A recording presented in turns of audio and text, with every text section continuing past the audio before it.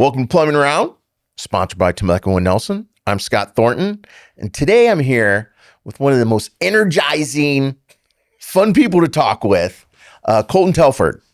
Welcome. Thank you. I love the name, and I blew all of our fun talking points before we even got started. So sorry, Scott. I told all the good stories beforehand.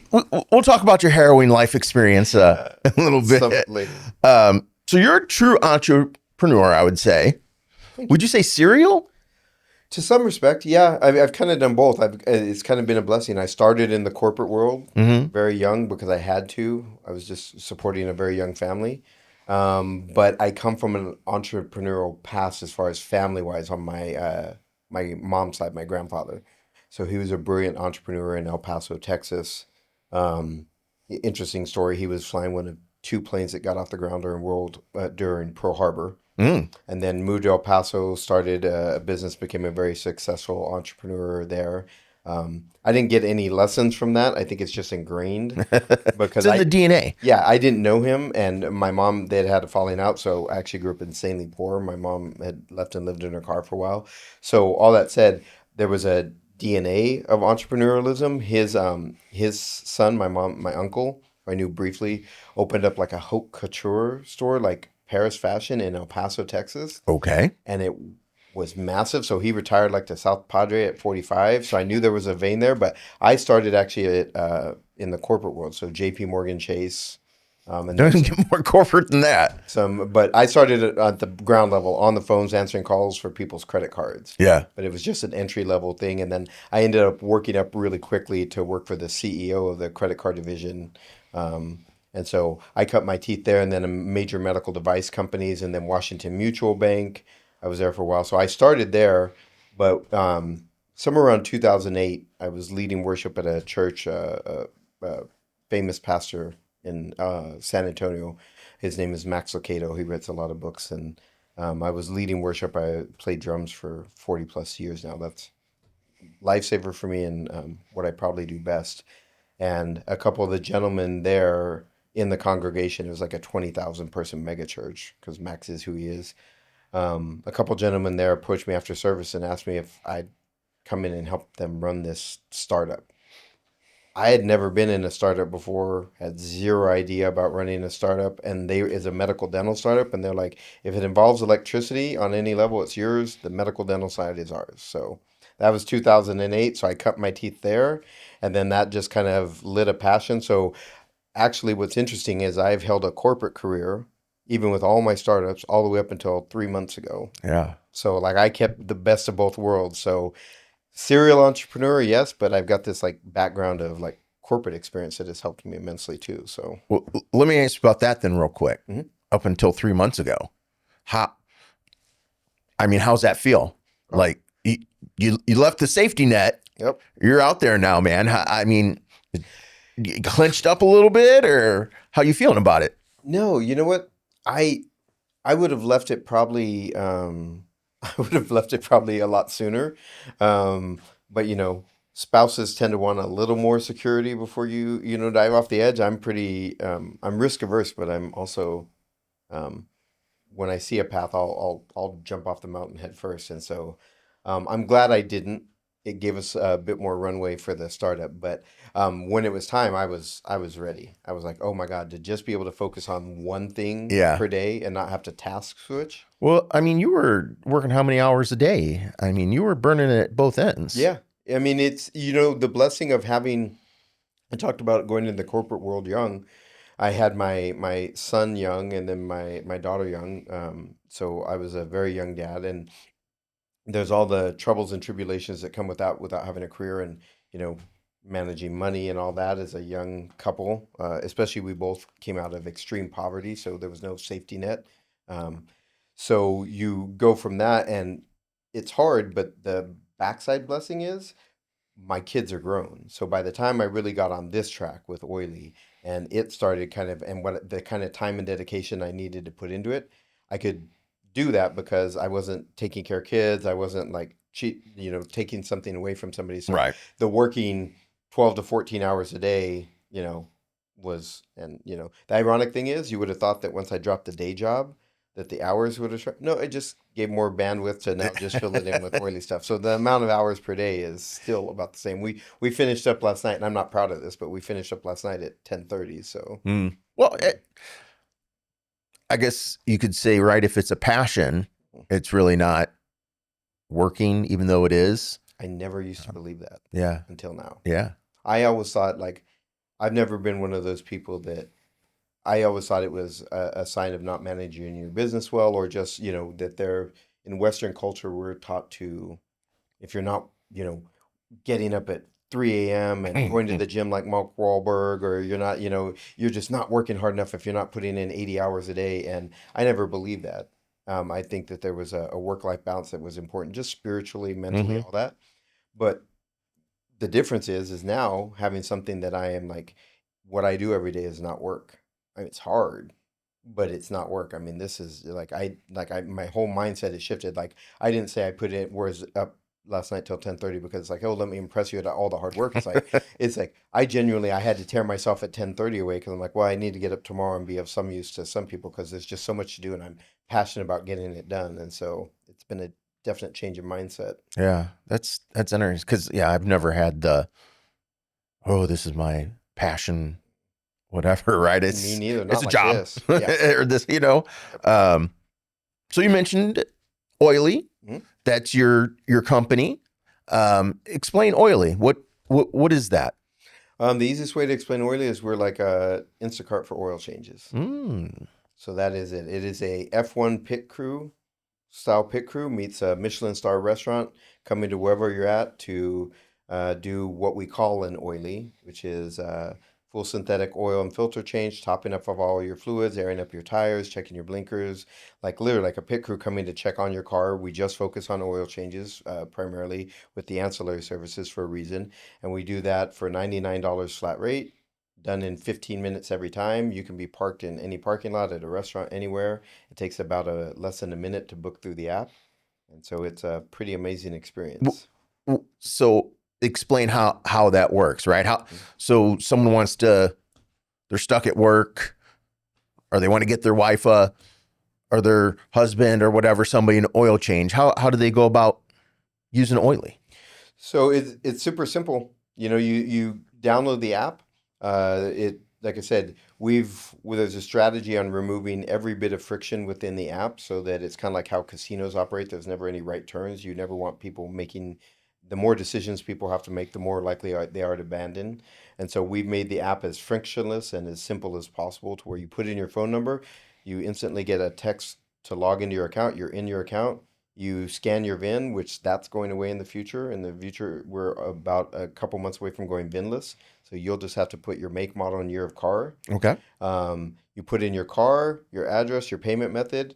You go to the next screen. You see a selection of places, checkout, and you're done. You can book in under a minute. Wow. And then Nice. our technicians show up. We have a partnership. We exclusively use top of the line VP racing oil, Mhm. fully synthetic, and premium guard OEM quality filters. So yeah, it's super easy to book. And our marketing right now is, you mentioned who does it, is primarily we're our trucks, as Jenna was saying outside. She's like, I just saw one of your bright pink trucks outside my house yesterday. So, obviously there's a demographic, you have to choose somewhere to start. And so, busy moms, mompreneurs, busy entrepreneurs, the people that are sitting there, some of the most heartfelt things that we get, we got another amazing Google review last night. Our reviews are all 5-star and just off the charts. People are writing 3-paragraph reviews, Wow. non-AI written, like you can tell, obviously, heartfelt reviews of how we've changed their life. When you see busy moms who, um, the premise that we work under with our team is that each one of us is carrying probably the heaviest mental load in human history, Yeah. right? Yeah, for On sure. a daily basis. Like in the past, you just had to worry about, um, do I have food, shelter, and how do I not get eaten by that thing? Yeah. Those are the primary concerns. Now you have to worry about all those same things, but now you have to worry about what's in your food. Are there chemtrails? Is the government going to hell in a handbasket? Like all these Yeah. things.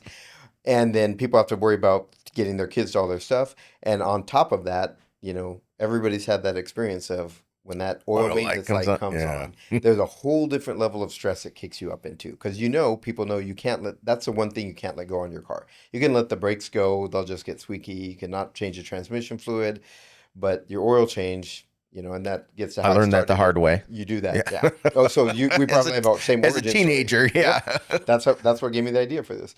But so what I tell the team is, what we do every day matters so much, because when we can come out and make a difference in some busy mom's life to where she didn't have to go down to a Valvoline with her kids in the backseat screaming, or drop them off at a parent's, or go to a dealership, and as they have all the amenities these days, free coffee and all that. Right. But you still got to sit there. You still got to sit there for 2-3 hours. Yeah. We come and do this amazing, impeccable experience in 15 minutes, and it's fairly priced. It's $99 flat rate, regardless of how many quarts, and it just changes people's worlds. And I tell our technicians, we genuinely are making the world a better place, one oily at a time, just by lessening that mental load. So yeah, and I'm a customer. I've had an oily, and it was, like you said, super easy.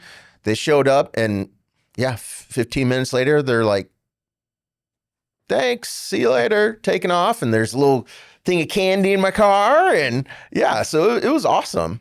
Where did the idea come from?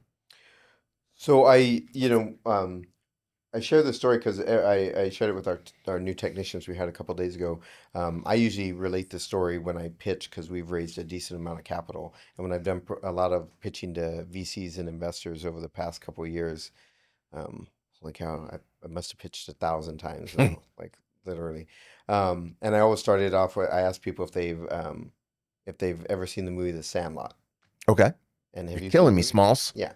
So I tell them, like, I've got 2 words: Wendy Paffercorn. When I was 25, I was in El Paso, Texas. My Wendy Paffercorn was the 25-year-old younger sister of one of my bull riding coaches. And my brother and I we're 15, and in New Mexico, Texas, El Paso is right on the border of New Mexico. In New Mexico, you could get your driver's license at 15. So I had my first car at 15. All right. My mom had somehow scrounged up enough money through a friend, like $500, to get me this 79 Chevy El Camino. And El Camino. Yeah, it's great. Nice. And I remember, she told me, like, hey, this thing leaks oil. You better check the oil. It's the only thing you have to do to take care of this car. I'm 15 years. I'm like, oil, smoil. So here we are, a whole summer. My brother and I had been pining over Leanne Kais. Leanne Kais, if you're still out there, haven't seen her since that day. How you doing, huh? Yeah, she invited us over to her apartment for a pool party before she was going back off to college. And my brother and I, I was like, as you can imagine, my brother and I couldn't get my El Camino fast enough. Yeah. There we are, driving down the El Paso freeway, hair on fire, smiles plastered across our faces, music blasting. When all of a sudden there was this wham, a loud explosion. Smoke started billowing out from under the hood. And I had to pull off the side, and I had a complete loss of power. And so my engine was dead. And as I tell the investors in the pitch, someone's my dream of poolside bliss with Wendy Paffercorn. Yeah. Because I hadn't even checked on the oil, so I had thrown a rod. And so first experience, and then you'd think I'd learned my lesson, but in 2016, I was driving from San Antonio to San Diego multiple times a month. It's the first time I'd been asked to CEO a company. And I grew up in rodeo, so I love road trips. And there was nothing better than 18 hours of that drive of your phone didn't work, so it was just music, sunroof open, music blasting. I didn't have great reception. And I did 40,000 miles in a few months and didn't realize it, and blew another engine on my Infiniti. Oh. So that's where the idea genesis. But it sounds like you had the same thing. So your first car? Oh, yeah. Yeah. First car, Olds Cutlass. You always remember the brand. Yeah. And, it was red, and I was driving around town, and all of a sudden it wouldn't work anymore. And my dad goes out, he's like, well, did you put any oil in it? I was like, do what? Huh? So I put the onus on the parents. They didn't educate me.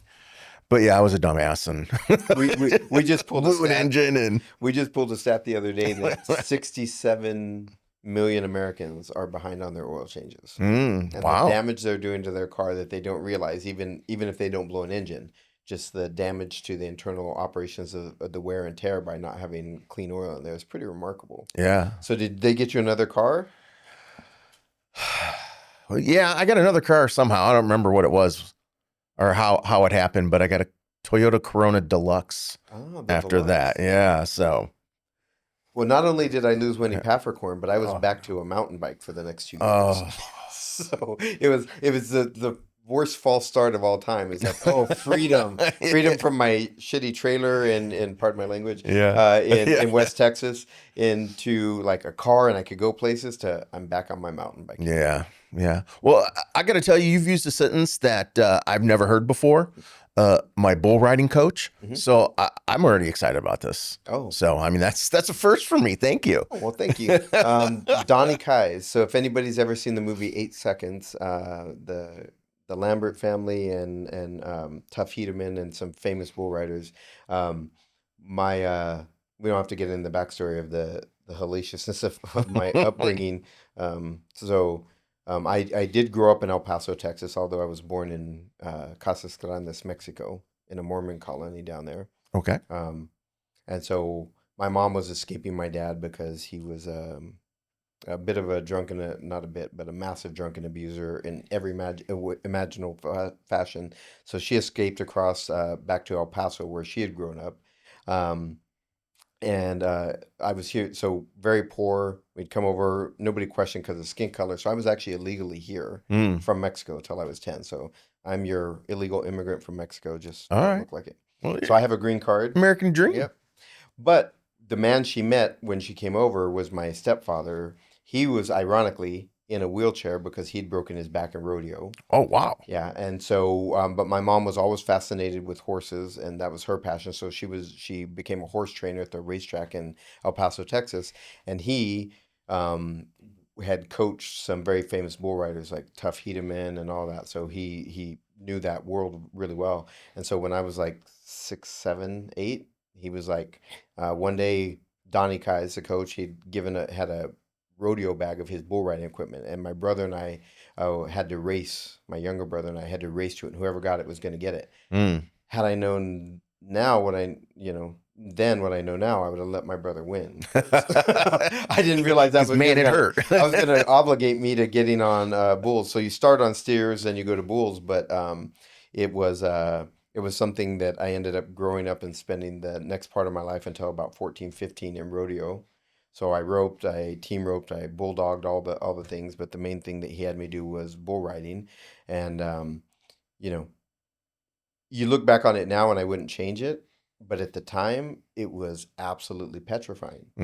Like I bet. I don't know how many experiences I could relay. I was telling you this scary story up in Yosemite, Yeah. right? And that just happened last week. And people said, "Well, that must have been the scariest thing you've ever experienced in your life." I was like, you know, there are only so many people in human history, I think, that have ever had the experience of stepping on top of a chute, looking down at a bull, putting your body in there, putting your legs around it, strapping yourself in. You put rosin, violin rosin on your hand so Hmm. you stick to the rope.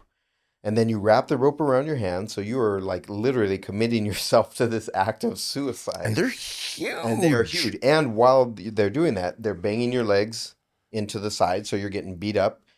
They've got a cinch around their waist that is causing them an immense amount of pain. That is just get all of this off of me.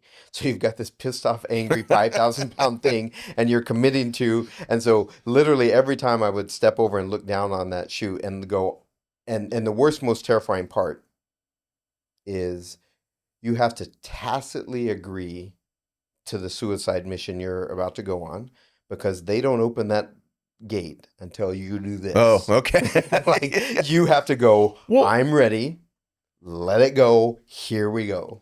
I mean, and then your stepdad being in a wheelchair. Yeah, I mean, you've seen some results that aren't so great. well, and then it happened to me because that's what got me out of the sport. Oh, you got I broke my back in 2 places. really? Yep. So Yeah.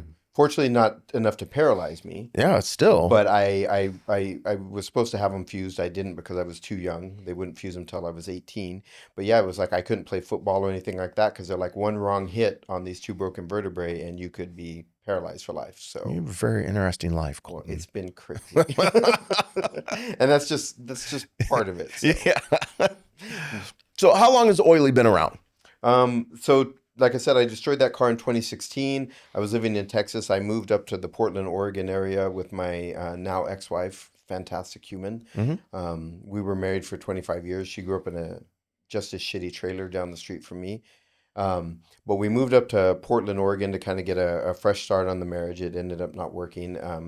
But I was up there in 2019, and I was talking with a friend who owned a software development company, and he had gone to an oil can Henry's. Sorry, I'm naming the brand. Uh, Okay. Yeah. Oil can Henry's up there, and they'd put on his oil filter wrong, and it sprayed oil everywhere, and it took him 3 hours to clean it up before he could leave the shop. Oh, And we were at lunch, and he was complaining about it. I was like, funny you say that. Like, here's my oil change history. And I was sitting there, and we were going, I told him, I was like, I do my own oil changes now. And I was like, it's not rocket science. I mean, you remove a drain bolt, you remove the filter, you put in fresh oil. Like, this isn't the hardest thing in the world. It's like, I can't imagine that. Why couldn't somebody just come to my house? And we were having this conversation. Why couldn't somebody just come to my house and do this at my house? It probably wouldn't take them that long. I would pay a premium for it because I hate going. And the worst part for me is the upselling. yeah. That's always been the worst part. Like I roll my window down this much. Oil change only, please. Boom. Give me my card. Like air cabin filter, don't care. Like, yeah, don't look at me. Like, and I feel bad for these young people that are pressured to have to do that. But we came up with the idea. I was working on a different startup at the time, and didn't move on it. And then he met my co-founder, who's a brilliant young developer, still up in Washington State, and it kind of gave him the idea. And so we reconnected about a year later, 2021, which is right before I moved down here to Temecula. We reconnected, and I decided to kind of go. He asked me, and I decided to go all in. And so we formed a Delaware C Corp and started the journey in July of 2021. And All literally right. August of 2021, I moved down here. So the original business started up in Portland. We did the piloting and all that. We didn't do much, a couple oil changes, but it really took off when we moved it down here to Temecula and Murrieta, which interesting, what moved us down here. That's the next question. I was gonna Why say, Temecula? yeah. Besides, Well, it's awesome. what is? I met my fiance in a online personal development course that is a game changer.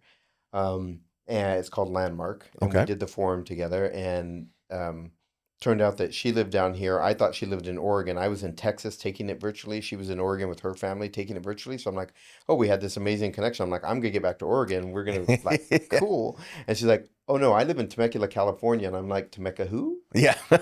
What's that? And in all honesty, I say that facetiously. I have had friends in San Diego, so I'd heard of Temecula. I Okay. knew that it was big for motocross. I didn't know what a gem it is. Like best, I almost don't even want to talk about it. Like, I want We got enough stickers. people moving here. Yeah, I'm putting stickers on all my vehicles that say Temecula sucks. Tell your friends. Like, go home. Yeah, Like, yeah. don't come here, please. Like, the best little kept secret in California, if not the country. So, turns out she lived down here. So when she was coming back home, we did a stint up there taking care of her sick grandmother.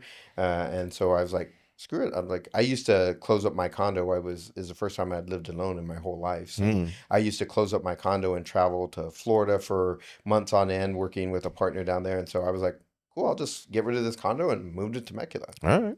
But the ironic thing is when we were going through the formation of the business, Scott, like our early advisors, they wanted to know, they kind of put us through the ringer, and they wanted to know, like, okay, well, we built this robust pro forma that told us all the numbers of the business and projections over the next 5 years. But they're like, okay, well, what are the top 200 cities like in the country, and where do you move next, like with this business?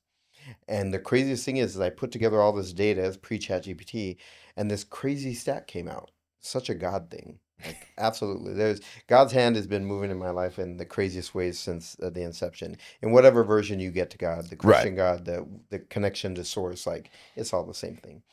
But the craziest thing happened, and it's continued to happen, is when I pulled the stats on the top 200 cities and in number of cars and all that, Temecula and Murrieta was the highest cars per capita in the whole nation. That's crazy. Murrieta, California is number one in the whole nation, 2.36 cars per household, and Temecula is 12.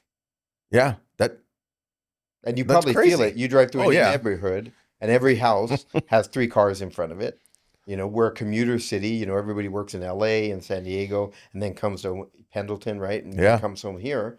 And there's no central rail, there's no central bus system, so everybody has a car. Just getting across town now Yeah. takes a half hour. Yep. In the last couple of years, it's blown up. So it's probably number one by far these days. We built new routing system into the software for efficiency that we just launched last month for that reason, because it's so hard to get around. Yeah. So mapping out, our optimum is a couple oilies per hour.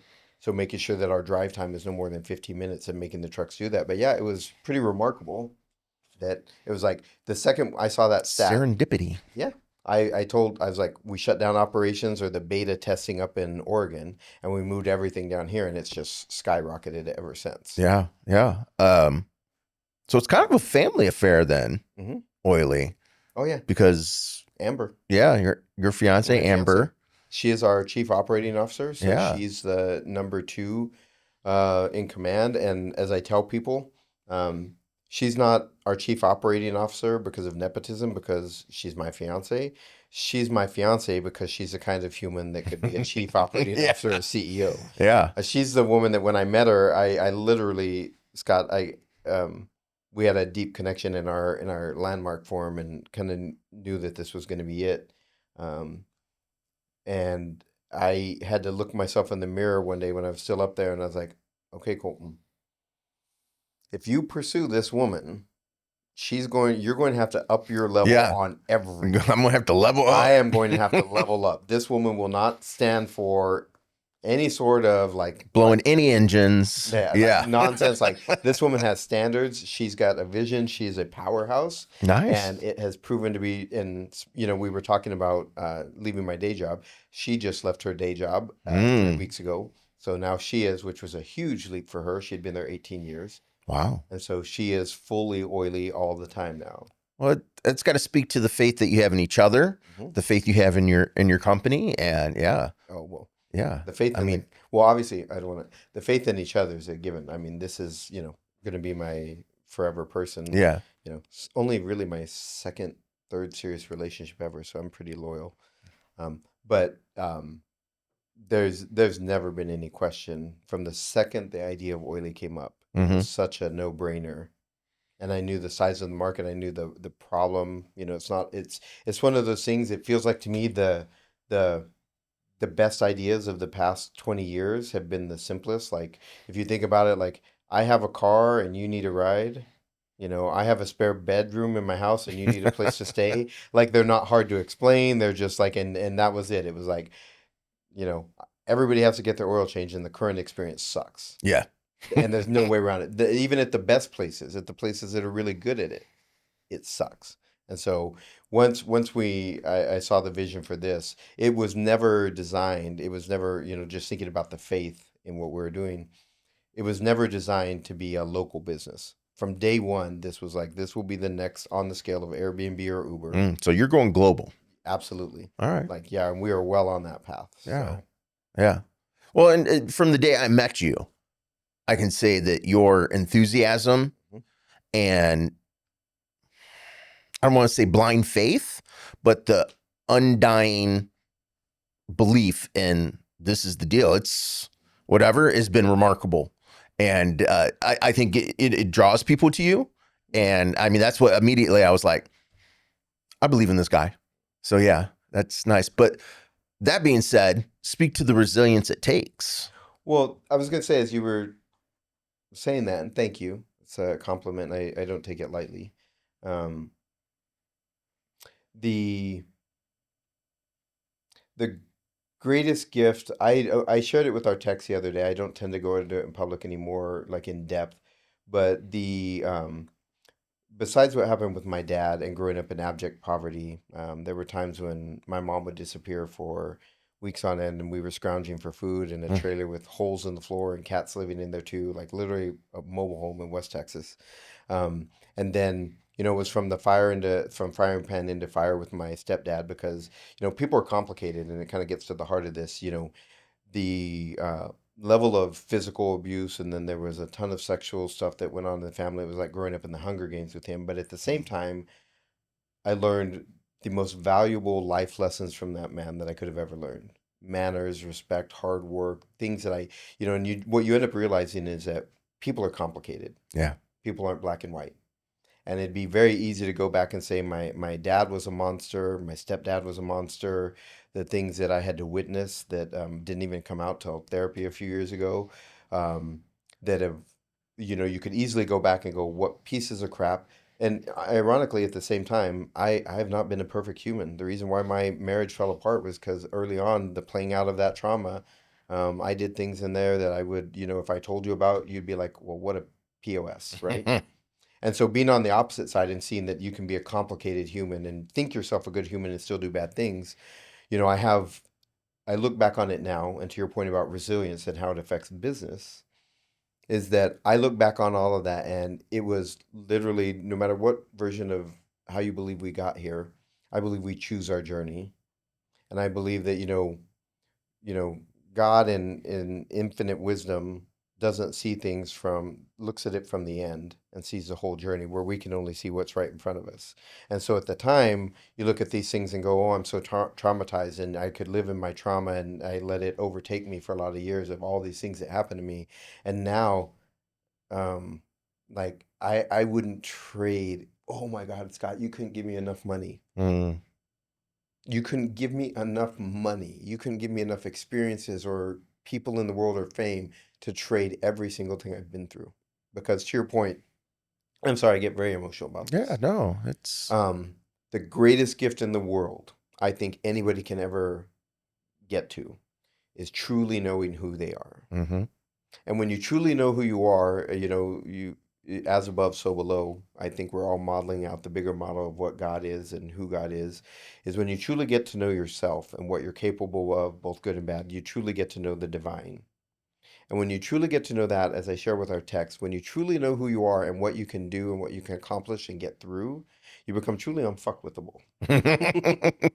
And so, to your point about my faith yeah. in the business, the reason why it's never been a question for me is because when you see, I know what it took for me to get from there to here, and I have the utmost amount of gratitude, and I have the utmost amount of gratitude for the journey that it took to get here. Like I said, I wouldn't trade it. It was the greatest blessing in the world.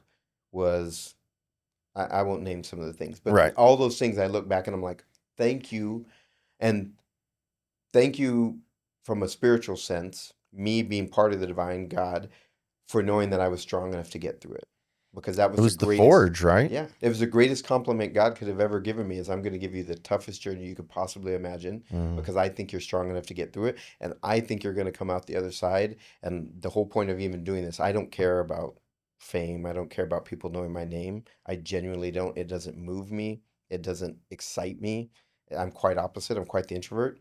The whole point of all of this is at the end arc when I get Oili to where it's going to be, and it's a worldwide company that's changing people's lives. We pay our techs amazing. We do an amazing service out for people that I'm honored to do.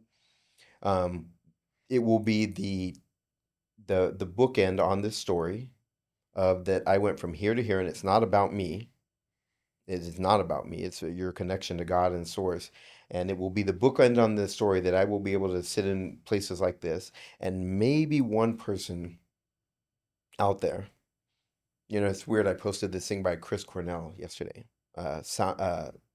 Soundgarden. Soundgarden. hmm There's an album they put out in Pearl Jam and Soundgarden put out this one album with this kind of combined band. Hunger.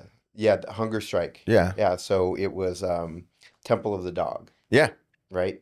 And if you listen to that album, it's still the most profound album I still have to this day. They had a friend who had killed himself. I think I forget his name. I want to say it was Andrew Wood. And when I was 18, because of some stuff that my dad did, my stepdad, it caused me, and I won't get into it, but there was just immense beatings where I couldn't dress out in school, and it led to, I was in a primarily Hispanic school. I was only one of a few white kids there, and so I grew up as a minority, and I was bullied relentlessly.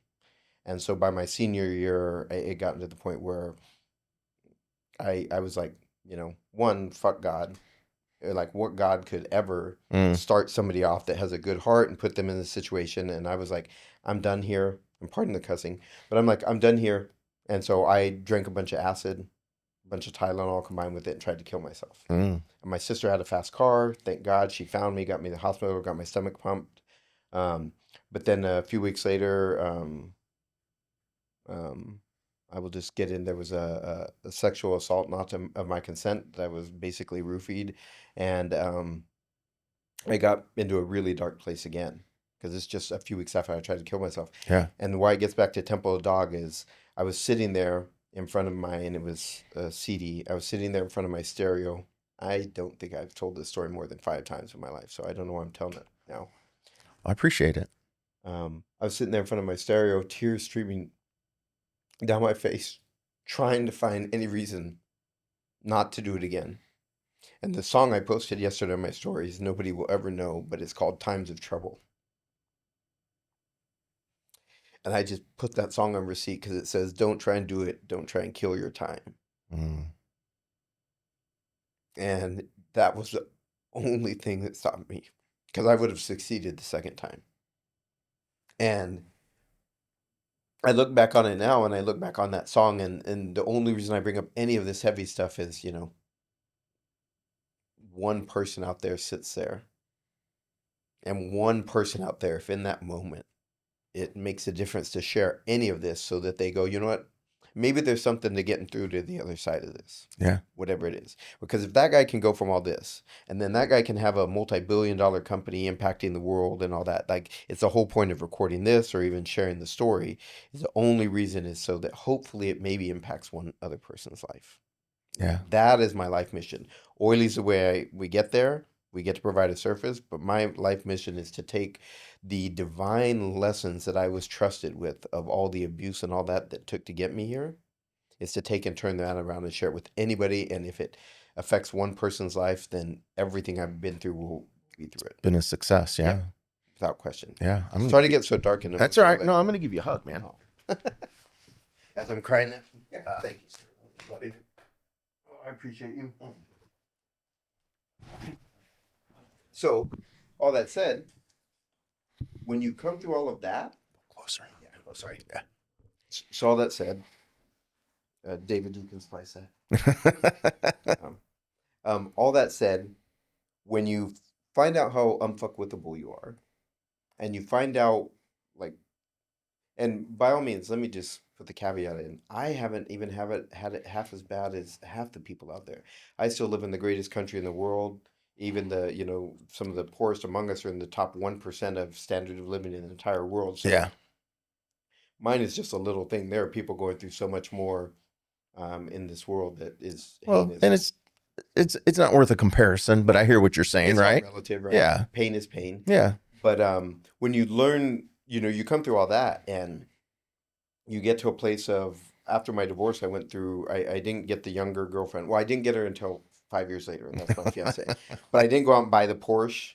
I didn't get the younger girlfriend and going through a midlife crisis. I went into therapy, Yeah. a Jungian therapist for 5 straight years. Thank goodness. I went into personal development. I was like, if the cost of my stupidity early on in the marriage is that I lose the marriage and have to have my kids come from a divorced household, then at the very least, for the cost of that, I'm going to get myself right to where I can be use to my children and anybody else in the world out of it. There's going to be something that comes out of it. So, um, went through all this Jungian therapy and hopefully have landed in a good enough place that um, Oili, Oili is just this is as hard as it is. I just love hard shit. As hard as it is, it's just this is like whether it succeeded or not would not make or break who Colton is as a human being or what I contribute to the world. Yeah. So in business, like what I will say, and this would be the business lesson of all of it, is there is, and it's why people have invested so much money that they've invested in Oily, and why we've had so many people come on and I believe trust it, is because if you know and you set a determination and you speak it into existence that I'm not quitting until this gets there, it's amazing. We talked briefly before we started recording about Dr. Wayne Dyer, and he talked about, I think it was Carlos Castaneda who said, if you knew who was conspiring beside you at all times, you would never have a worry in your life. Hmm. And when you think about that, if you set an intention and you say, I'm going to get there, and you have the resilience to say, it doesn't matter if it takes, 30 years or whatever, like, doesn't matter, you'll get there. And the greatest thing you can know is that, and it's all about resiliency. Like anybody can accomplish anything as long as you don't give up. Yeah. Like that's the only time you fail. Yeah. Yeah. I wrote a book. Yeah, Took 30 years, right? but yeah. Let me ask you this, Scott Thornton. Colton Telford. Name one movie where Morgan Freeman isn't old. Yeah, there is none. Yeah. He was on Zoom. Was he? I don't know. That was a show on PBS when I was growing up. Okay, so maybe you Yeah. named one thing. That would be Zoom. the first. That was I'd a never show. heard that. Yeah. Okay. But he was on that. So, yeah. But like Morgan Freeman didn't hit it, and now he's Morgan Freeman. He's Right. God in most movies, Yeah. right? Yeah. Colonel Sanders, like he was 73 Yeah. when he hit it. Like 73, I got tons of time. Yeah. I could take my time with Oili. Don't give up. Yeah. So Yeah. Well, yeah, I'm going to end it there, man. That was a okay, great story. That was, it's a lot. thank you for sharing. No, you're welcome. I mean, that's amazing. And I completely relate to if you can just do one thing to give somebody hope, your life's been Worth it. Yeah, for sure. And, I consider myself a generational curse breaker within my family. Yep. And I 100%. see you as that also. So congratulations. Thank you. Because it takes a lot to be able to look at yourself through, all the stuff that's happened and then look in and make changes. So Well, to your point about that, before we sign off, and you can edit this out. Look, watch, I'll stay silent. For we a don't second. edit much. Yeah. I'll stay silent for a second, so David's got a place to cut. There, you got your place to cut, David. Bye, everybody. No, I mean, but to that point, the interesting thing is, I don't step into this place. I don't tell those stories. I don't get in that place very often anymore. I lived in that place for a few years right before I started Oily, and it's mainly just because what I have found is I can't live in that emotional of a state. Like I'm deeply connected to myself. I can be very present, which is why I told you like my favorite kind of conversations are like these. I don't prepare. I wasn't expecting to share all of that with you. Like it's just you live in the moment and you be truly present what comes out. And you're a gracious, kind enough, loving human that you bring that out of people and create an environment energetically where you want to share that kind of Thank stuff. you. But on the daily, I tell you, I don't talk about this. It doesn't affect me in a bad way. And it's because honestly, we're in the mode with Oily that it is so hyper focused business on executing that I just don't spend a lot of time on the softer side of things, anymore. I meditate most every day and always will do that in my yoga. But when I started Oily, I was at a very spiritual, like Zen place. And that is where I lived. Alan Watts and Ram Dass, my heroes, Wayne Dyer, like I was very much Zen. And when Oily came about, I just like the time I had to look at Amber and go like, you're gonna have to level up. I knew I was at this fork in my life. I was either going to move to Australia, I'm a fan. smoke a lot of weed, just sit on the beach and do yoga every day and have a peaceful Zen life. I didn't care about money. Like it was like I'm either going to do that or I'm going to run this company and it's going to be a multi-billion-dollar company that is going to be chaos for the next 10 years. And if I do that, like I know what I'm getting into, I'm going to have to, this will always be here internal, but it's not going to be able to be the focus just for a while, for a season. And so I chose this path, and I don't know if that was the devil's choice or whatnot, but I'm Still definitely playing out. Yeah. I'm definitely in the hyper focused on business, not super emotional like as you run a business, so that's kind of the phase I'm in. So it's actually nice to be able to when I am able to like sit down and kind of come back into self and in some of these deeper ways that I don't normally engage on every day. It's fun. Well, I'm glad you chose that path just because Thank you. from a selfish reason, I got to meet you. So, thank you very much. And so tell people real quick where do you download the app from? Sure. Let's use Oili, man, because like I said, I've used it. It's amazing. I love your story. I love the reason behind it. And why would you not want somebody to just come to your place for $100, change your oil, and you don't have to go anywhere? Well, and especially when you meet our techs, what I'm most proud of is that we're up leveling our techs. The culture that we're creating within is what I'm most proud of. Like you're going to see, I tell people what got me further in my corporate career than anything wasn't intelligence or any of that hard work. It was actually manners. It was sir, yes sir, no sir, yes ma'am, no ma'am. Yep. People tell you they don't want to hear that, but it is a lost art. You go out to these places and you get some representatives like, "Yep, okay, dude," and it's like there's a stark difference. Yeah. When our technicians come to your door, you're going to be wowed. The Google review left last night was wowed. I am literally wowed, and every single one is like that. The people we choose, and then how we impart wisdom and manners and all that, and they already have to have some sort of that to even come work for us. Um, them showing up at your door ends up being a joy. And Mm. so, all that said, the experience, besides the fact that the actual experience is impeccable, by the way, if we didn't mention it, like our technicians wear GoPro cameras, so Hmm. they film the entire experience. So before they even touch your car, they film it. You get to see them tightening your drain bolt to foot-pounds per torque specific to manufacturer specs, the oil filter, the pressure test, so that you get to see everything was done impeccably to factory standards. Like that, it is an amazing experience from an execution standpoint. Then when you meet our techs, who are like Jenna was just saying, she met Cashel because Mm. Cashel's one of our resident rock stars on social media. Yep. They're just amazing human beings. So you download the app at oili.com. There's a QR code to scan. Like I said, it'll take you less than a minute to create an account and book an appointment.